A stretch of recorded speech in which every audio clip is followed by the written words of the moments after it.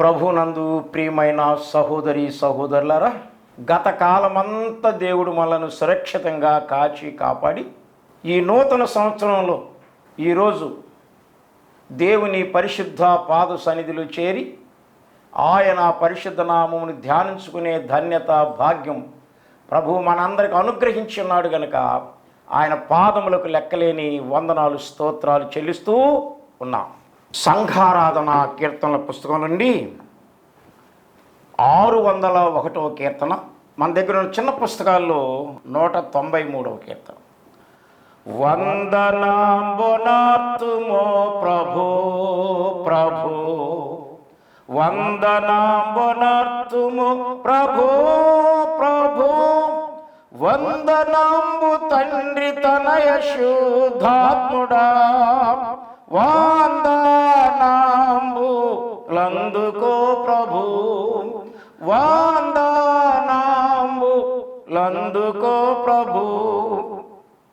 ఇన్ని నాళ్ళు ధరను మమ్ము బ్రోచియు, కన్న తండ్రి మించి ఎప్పుడుగా చేయు, ఎన్నలేని దీవెనలిడు నన్న యేసువా, అన్ని రేట్లు స్తోత్రములివిగో, అన్ని రేట్లు స్తోత్రములివిగో. పాతవచ్చరంపు పాపమంతయు ప్రీతిని మన్నించు మమ్ముగావుము, నూతనాత్మను నీదు నీతి నొసగుమా, దాతా క్రీస్తు నాదరక్షక, దాతా క్రీస్తు నాదరక్షక. దేవమాదుకాలు చేతులెల్లను, సేవకాలితనవు దినములన్నీయు, నీవ సంగు వెండి పసిడి జ్ఞానమంతని, సేవాకై అంగీకరించుమా, సేవాకై అంగీకరించుమా.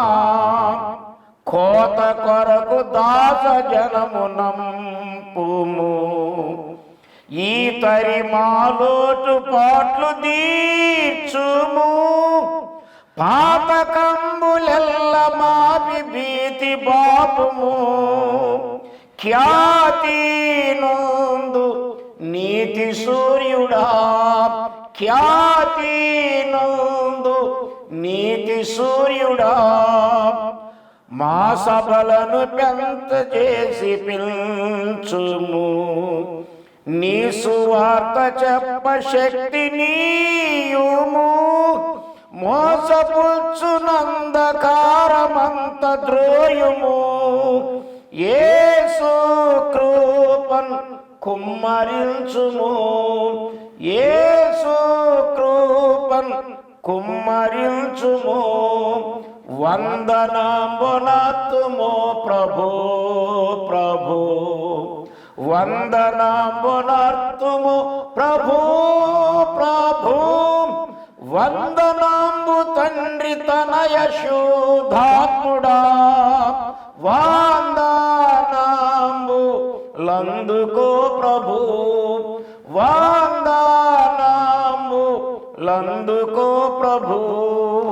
దేవుని పరిశుద్ధ బైబిల్ గ్రంథములో నుండి జకర్యా గ్రంథము 9వ అధ్యాయము 12వ వచనాన్ని చదువుకుందాం.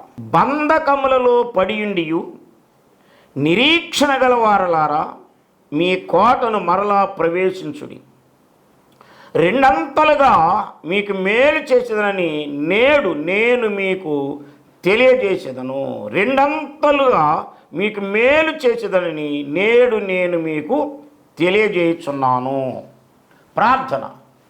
నా ఆశ్రయదుర్గమా, నా విమోచకుడా, నా నోటి మాటలు మందరి హృదయ ధ్యానం మీ దృష్టికి అంగీకారముగా ఉన్నట్లుగా దీవించమని పాపిని, దౌర్భాగ్యులను, పనికిమాలిన నన్ను మీ పరిశుద్ధాత్మతో నింపి యేసయ్యా మీ రక్తములో నన్ను కడిగి శుద్ధీకరించి పవిత్రపరచి నన్ను మీ సిలువ చాటున మరుగుపరిచి నాలో మీరుండి మీ దివ్యమైన శ్రేష్టమైన అమూల్యమైన వాక్యమును మీరే మీ పరిశుద్ధాత్మ ద్వారా మాకు బోధించి సంపూర్ణమైన ఘనత మహిమ ప్రభావమును మీరే పొందుమని ప్రభు అయిన యేసుక్రీస్తు నామములో వేడుకొని ప్రార్థిస్తున్నాము తండ్రి, ఆమేన్.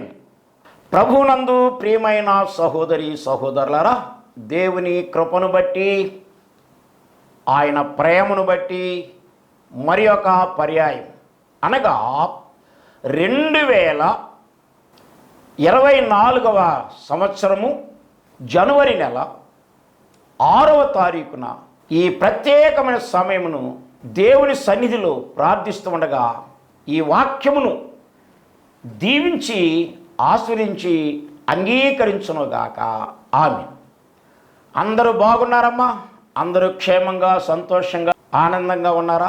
అందును బట్టి ప్రభు యేసుక్రీస్తు పరిశుద్ధ నామానికి వందనాలు స్తోత్రాలు చెల్లిస్తూ ఉన్నారు. ఇప్పుడు మనం చదువుకున్న దేవుని వాక్య భాగమును జాగ్రత్తగా మనం గమనించినట్లయితే ఈ వాక్య భాగములోని ప్రధానమైనటువంటి అంశమేమనగా రెండంతల మేలు.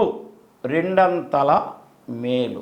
జకర్యా గ్రంథము 9వ అధ్యాయము 12వ వచనాన్ని చదువుకుంటే ఈ మాటలు చక్కగా వ్రాయబడి ఉన్నవి.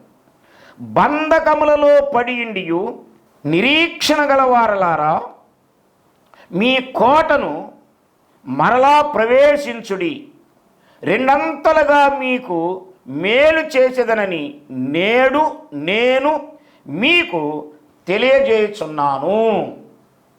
ప్రభునందు ప్రియ సహోదరి సహోదరులారా, దేవుని బిడ్డలారా, దేవుని బిడ్డలు దేవుని యందు విశ్వాసము కలిగి, దేవుని యందు నమ్మకము కలిగి, దేవుని యందు భయము భక్తి కలిగి దేవుని బిడ్డలు ప్రతిరోజు దేవుని వాక్యాన్ని చదువుకుంటూ ప్రతిరోజు దేవుని సన్నిధిలో ప్రార్థిస్తూ ఉంటే దేవుడు మనలను దీవిస్తాడు, మనలను ఆశీర్వదిస్తాడు. అంతేకాదు, రెండంతల దీవెన మనకిస్తాడు, రెండంతల ఆశీర్వాదాలు మనకి ఇస్తాడు. మన దేవుడు గొప్ప దేవుడు. మన దేవుడు ప్రేమ కలిగిన దేవుడు, దయ కలిగిన దేవుడు, కరుణ కలిగిన దేవుడు, వాత్సల్యత కలిగిన దేవుడు, నిన్న నేడు నిరంతరము ఏకరీతిగా ఉన్న దేవుడు. తను నమ్మిన బిడ్డలను ఎన్నడూ విడిచిపెట్టే దేవుడు కాదు. నిన్ను విడువను ఎడబాయనని వాగ్దానం చేసిన గొప్ప దేవుడు ఆయన. కాబట్టి గత సంవత్సరం అంతా దేవుడు మనల్ని కాపాడాడు. మరలా ఆయన కృప ద్వారా, ఆయన ప్రేమ ద్వారా మరి ఒక నూతన సంవత్సరం దయాకిరీటం మనకు అనుగ్రహించాడు. మరి ఈ నూతన సంవత్సరం ప్రారంభంలో ఉన్నాం. మరి ఒక సంవత్సరం అంటే 365 రోజులు లేక 12 నెలలు లేక 52 వారాలు. మరి ఇంత ప్రయాణం ఉన్నది మనకి. ఈ ప్రయాణంలో ఎన్ని కష్టాలు ఉంటాయో, ఎన్ని శ్రమలు ఉంటాయో, ఎన్ని బాధలు ఇరుకులు ఇబ్బందులు ఉంటాయో, రోగాలు ఉంటాయో మనకి తెలియదు. ఈ ప్రయాణంలో మనము దేవుని యందు విశ్వాసం ఉండాలి. మరి ఇశ్రాయేలీలు 40 సంవత్సరాల ప్రయాణంలో దేవుడు వారిని చివరిదాకా నడిపించాడు, వాగ్దాన భూమి వారికి అనుగ్రహించాడు కాదు. మన దేవుడు గొప్ప దేవుడు, ప్రేమ కలిగిన దేవుడు, జాలి కలిగిన దేవుడు, కృప కలిగిన దేవుడు. కాబట్టి దేవుని యందు నమ్మకం ఉండాలి, దేవుని యందు విశ్వాసం ఉండాలి, దేవుని యందు భయము భక్తి కలిగి ఉండాలి. అప్పుడే దేవుడు మన పక్షంగా ఉంటాడు, మనతో ఉంటాడు, మనలో ఉంటాడు.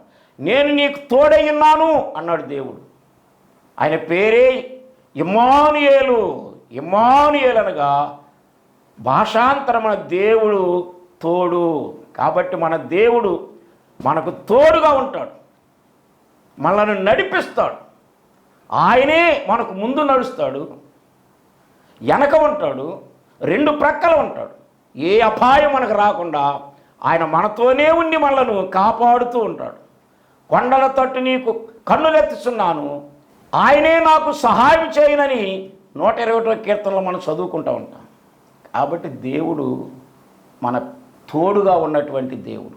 కాబట్టి ఎవరైతే దేవుని యందు విశ్వాసం కలిగి ఉంటారో వారికి దేవుడు రెండంతల మేలు అనుగ్రహిస్తాడు. రెండంతల మేలు, రెండంతల దీవెనలు, రెండంతల ఆశీర్వాదాలు అనుగ్రహిస్తాడు. చూడండి, ఆదికాండము 22వ అధ్యాయం 17వ వచనాన్ని చదువుకుంటే, నేను నిన్ను ఆశీర్వదించి ఆకాశ నక్షత్రముల వలె సముద్ర తీరమందలి ఇసుక వలె నీ సంతానమును నిశ్చయముగా విస్తరింపజేసేదను. నీ సంతతి వారు తమ శత్రువుల గవిని స్వాధీనపరుచుకుందరు. మరియు నీవు నా మాట వినినందున భూలోకములోని జనములన్నీ నీ సంతానం వలన ఆశీర్వదించబడును. నా తోడని ప్రమాణము చేయుచున్నాను, నా తోడని ప్రమాణము చేయుచున్నాను. కాబట్టి దేవుడు అబ్రహామును పిలిచాడు. అబ్రహాము పిలుపును అంగీకరించాడు. నీ వెళ్ళు, నీ సంతానాన్ని నేను దీవిస్తానన్నప్పుడు అబ్రహాము దేవుని మాట విన్నాడు, దేవునితోనే నడిచాడు. అందుకని అబ్రహాముకి ఒక బిరుదుంది, అబ్రహాము విశ్వాసులకు తండ్రి. అబ్రహాము విశ్వాసులకు తండ్రి. కాబట్టి ఆయన రెండంతల మేలు పొందాడు. ఒకటి, ఇసుక రేణువలే నీ సంతానాన్ని విస్తరింపజేస్తాను, ఆకాశ నక్షత్రముల వలె నీ సంతాన్ని దీవిస్తానని రెండంతల మేలు దేవుడు అనుగ్రహించాడు. అంటే ఒక రకంగా చెప్పాలంటే సముద్ర ఇసుక రేణువుల వలె అంటే భూసంబంధమైనటువంటి ప్రజలు, ఆకాశ నక్షత్రములలే నీ సంతానం అంటే ఆత్మ సంబంధమైనటువంటి దేవుని బిడ్డలు. ఒకవైపు భూ సంబంధమైనటువంటి ఇశ్రాయేలీలు, ఆత్మ సంబంధమైనటువంటి ఇశ్రాయేలీలు. కాబట్టి దేవుడు అబ్రహామును దీవించాడు, ఆశీర్వదించాడు, వర్ధల చేశాడు. ఆయనే మనకు విశ్వాసుల తండ్రి, విశ్వాసుల తండ్రి, దేవునికి స్నేహితుడు. అబ్రహాము దేవునికి స్నేహితుడు. అంతేకాదు అబ్రహాము దేవుడు, దేవుడు అబ్రహాము దేవుడు, దేవుడు అబ్రహాము దేవుడు, అబ్రహాము దేవుడు, ఇస్సాకు దేవుడు, యాకోబు దేవుడు, మన పితరుల దేవుడు. కాబట్టి దేవుడు రెండంతల మేరు. కాబట్టి దేవుడు మొదట సముద్ర తీరమందులు ఇసుక రేణువుల వలె ఆశీర్వదించను, తర్వాత ఆకాశ నక్షత్రములే విస్తరింపజేసెను. మొదటిది భూసంబంధమైనది, రెండవది ఆత్మ సంబంధమైనది. ఒకరు శరీర సంబంధమైన ఇశ్రాయేలీలు, రెండవ వారు ఆత్మ సంబంధమైన ఇశ్రాయేలీలు.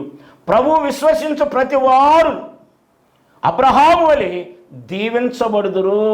అబ్రహాము ఎలాగైతే ప్రభువుని విశ్వసించాడో, దేవునిని నమ్మాడో, అబ్రహాము దీవించబడ్డాడు, ఆశీర్వదించబడ్డాడు, రెండంతల మేలు పొందుకున్నాడు కదండి. కాబట్టి మనం కూడా అబ్రహాము వలె విశ్వాసం ఉంచాలి, అబ్రహాము వలె నమ్మకం ఉంచాలి. ఆ విశ్వాసము, ఆ నమ్మకము, అబ్రహాము మనకు పితరుడు కదా. అబ్రహాము దేవుని నమ్మెను, నమ్మిన వాడు నీతిమంతుడుగా తీర్చబడిను. కాబట్టి అబ్రహాము యొక్క సంతానము దీవించబడింది, అబ్రహాము యొక్క సంతానము ఆశీర్వదించబడింది.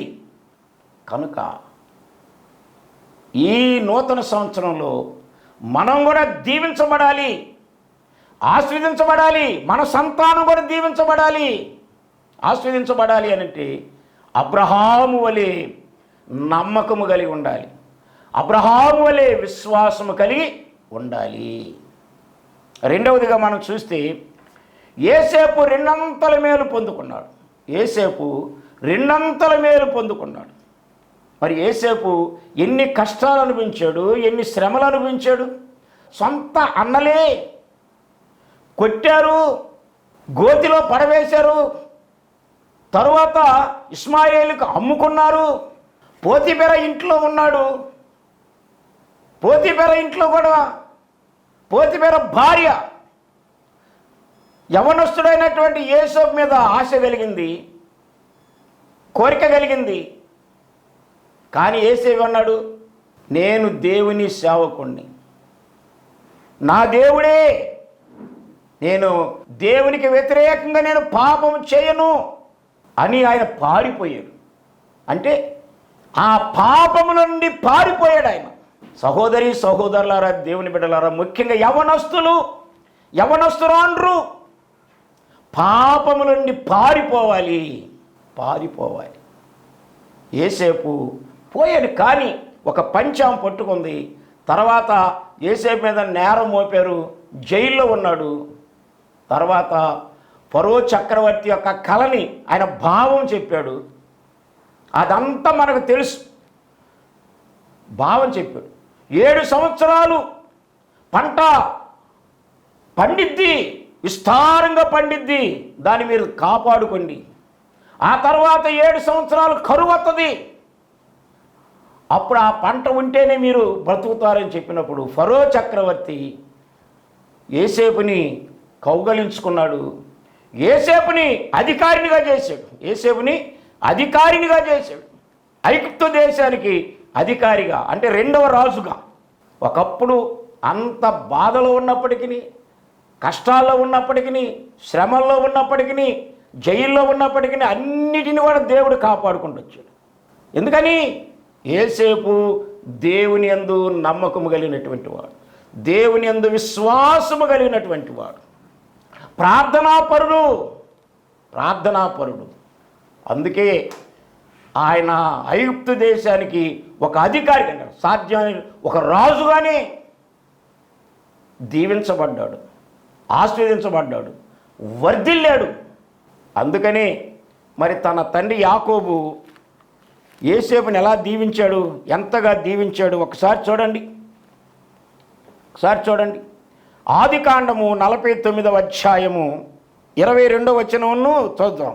యేసేపు ఫలించడి కొమ్మ, ఓట యొద్ద ఫలించడి కొమ్మ, దాని రెమ్మలు గోడ మీదకి ఎక్కి వ్యాపించెను. అదే 25వ వచనంలో, క్రింది దాగి నగాధ జలముల దీవెనలతోనూ, స్తనముల దీవెనలోను, గర్భముల దీవెనలోను నిన్ను దీవించి సర్వశక్తిని దీవెనల వలన అతని బాహుబలము దిట్టపరచును. నీ తండ్రి దీవెనలు నీ పూర్వీకుల దీవెనలపైన చిరకాల పర్వతముల కంటే హెచ్చుగా ప్రబలమగును అని యేసేపు తల మీదను తన సహోదరుల నుండి వేరుపరచబడిన వాని నడిమెత్తి మీదను ఉండెను. మరి దేవుడు తన తండ్రి ఎంతగా దీవించాడు, ఎంతగా ఆశీర్వదించేవాడని దేవుని వాక్యంలో మనం చూడగలుగుతాం. అబ్రహాము విశ్వాసము ద్వారా దీవించబడ్డాడు. యేసేపు పరిశుద్ధత, ఆ భయంకరమైనటువంటి ఆ వ్యభిచార పాపంలోని పారిపోయాడు. ఆయన తన పరిశుద్ధతను కాపాడుకున్నాడు, తన పవిత్రతను కాపాడుకున్నాడు. కాబట్టి దీవించబడ్డాడు, ఆశీర్వదించబడ్డాడు, వర్ధిల్లాడు. కాబట్టి దేవుని బిడ్డలు దేవుని యందు నమ్మకము కలిగి ఉండాలి, విశ్వాసము కలిగి ఉండాలి కదా. 3వది కూడా మనం చూస్తే, హన్నాను ప్రేమించిన భర్త ఆమెకు 2 పాళ్ళు ఇచ్చెను. హన్నాను ప్రేమించిన తన భర్త 2 పాళ్ళు ఇచ్చి, తన సంతానం లేక బాధపడుతుంది. మరి ఆమె తన హృదయాన్ని దేవుని సన్నిధిలో కుమ్మరించి ప్రార్థన చేసింది. ఒక్కసారి సమూయేలు మొదటి గ్రంథము 11వ వచనం, సైన్యములకు అధిపతి యెహోవా నీ సేవకులైన నాకు కలిగి ఉన్న శ్రమను చూసి నీ సేవకులైన నన్ను మరువక జ్ఞాపకము చేసుకొని నీ సేవకులైన నాకు మగపిల్లను దయచేసినలా వాని తల మీద క్షౌరపు కత్తి రానియక వాడు బ్రతుకు దినములన్నిటను యెహోవాకు నేను అప్పగింతును అని మొక్కుబడి చేసి కొనెను. ఆమె యెహోవా సన్నిధిని ప్రార్థన చేయుచుండగా ఏలి ఆమె నోరు కనిపెట్టుచుండెను. 15వ వచనంలోకి వచ్చి, హన్న, అది కాదు నా ఏలినవాడా, నేను మనోదుఃఖము గలదానై ఉన్నాను. నేను ద్రాక్షారసమునైనను మద్యమునైనను పానము చేయుదే లేదు కానీ నా ఆత్మను యెహోవా సన్నిధిని కుమ్మరించుకొనుచున్నాను. నా ఆత్మను యెహోవా సన్నిధిని కుమ్మరించుకొనుచున్నాను. దేవుని సన్నిధిలో ప్రార్థించింది, తన ఆత్మను కుమ్మరించింది. మరి దేవుడు ప్రార్థన ఆలకించాడు కదా, అంగీకరించాడు కదా, సంతానాన్ని ఇచ్చాడు కదా. కాబట్టి అబ్రహాము విశ్వాసి, యోసేపు పరిశుద్ధత, హన్న ప్రార్థన. అలాగే యోబు కూడా ఎన్ని కష్టాలు అనిపించాడు, ఎన్ని శ్రమలు అనిపించాడు. వాటన్నిటినీ అధిగమించిన తర్వాత దేవుడు యోబుకి 2 దీవెనలు ఇచ్చాడు కదా. యోబు ఎన్నో శ్రమలు అనిపించాడు, ఎన్నో కష్టాలు అనిపించాడు. మనందరికీ తెలుసు, యోబు యొక్క చరిత్ర మనందరికీ తెలుసు. మరి ఆయన పడ్డటువంటి ఆ శ్రమలు, ఆ కష్టాలు, ఆ శోధనలన్నిటిని కూడా జయించిన తర్వాత దేవుడు 2 ఆత్మను ఆయనకి ఇచ్చినట్లుగా దేవుని వాక్యములో వ్రాయబడి ఉన్నది. ఒకసారి యోబు గ్రంథము 42వ అధ్యాయము 10వ వచనాన్ని చూస్తే, మరియు యోబు తన స్నేహితుల నిమిత్తము ప్రార్థన చేసినప్పుడు యెహోవా అతని క్షేమస్థితిని మరలా అతనికి దయచేశాడు. మరియు యోబునకు పూర్వము కలిగిన దానికంటే 2 అధికముగా యెహోవా అతనికి దయచేశాను. 2 అధికముగా యెహోవా అధికము దయచేశాను. అంటే యోబు యొక్క సహనం, దీర్ఘశాంతం, మరి ఆయన పడ్డ ఆ శ్రమలు, ఆ కష్టాలు, భయంకరమైన శోధన అనుభవించాడు. అంటే సహించుకున్నాడు. ఒక్కసారి యాకోబు పత్రిక 5వ అధ్యాయము 11వ వచనం, సహించిన వారిని ధన్యులను కొనుస్తున్నాము కదా, మీరు యోబు యొక్క సహనమును గురించి వింటిరి. ఆయన ఎంతో జాలియు కనికము గలవాడిని మీరు తెలుసుకొని ఉన్నారు. ఆయన సహించాడు, ఆ కష్టాలన్నింటినీ సహించాడు, ఆ శ్రమలన్నింటినీ సహించాడు. కాబట్టి 2 మేలు. అబ్రహాముకి 2 మేలు, యోసేపుకి 2 మేలు, హన్నాకి 2 మేలు, యోబుకి 2 మేలు. కారణం ఏంటి? యోబు యొక్క విశ్వాసము, యోసేపు యొక్క పరిశుద్ధత, హన్నా యొక్క ప్రార్థన, యోబు యొక్క సహనం. కాబట్టి వాళ్ళు దీవించబడ్డారు. మనం కూడా అలాంటి విశ్వాసం ఉండాలి, పరిశుద్ధత ఉండాలి, ప్రార్థన ఉండాలి, సహనం ఉండాలి. అప్పుడు కూడా మనం కూడా దీవించబడతాం, 2 ఆశీర్వాదాన్ని పొందుకుంటాం, 2 దీవెనలు పొందుకుంటాం. ఆ ధన్యత, ఆ భాగ్యము ప్రభు మనందరికీ అనుగ్రహించునుగాక. దేవుడు ఈ చిన్న వాక్యాన్ని దీవించి ఆశీర్వదించునుగాక. ఆమేన్. ప్రార్థన చేసుకుందాం. సకల ఆశీర్వాదములకు కారణభూతుడువైన మా ప్రియ పరలోకపు తండ్రి, కుమార, పరిశుద్ధాత్మ త్రియేక దేవ, మీ పరిశుద్ధాత్మతో మమ్మల్ని నింపండి. మీరే మీ పరిశుద్ధాత్మ ద్వారా మా అందరి కొరకు ప్రార్థన చేయండి.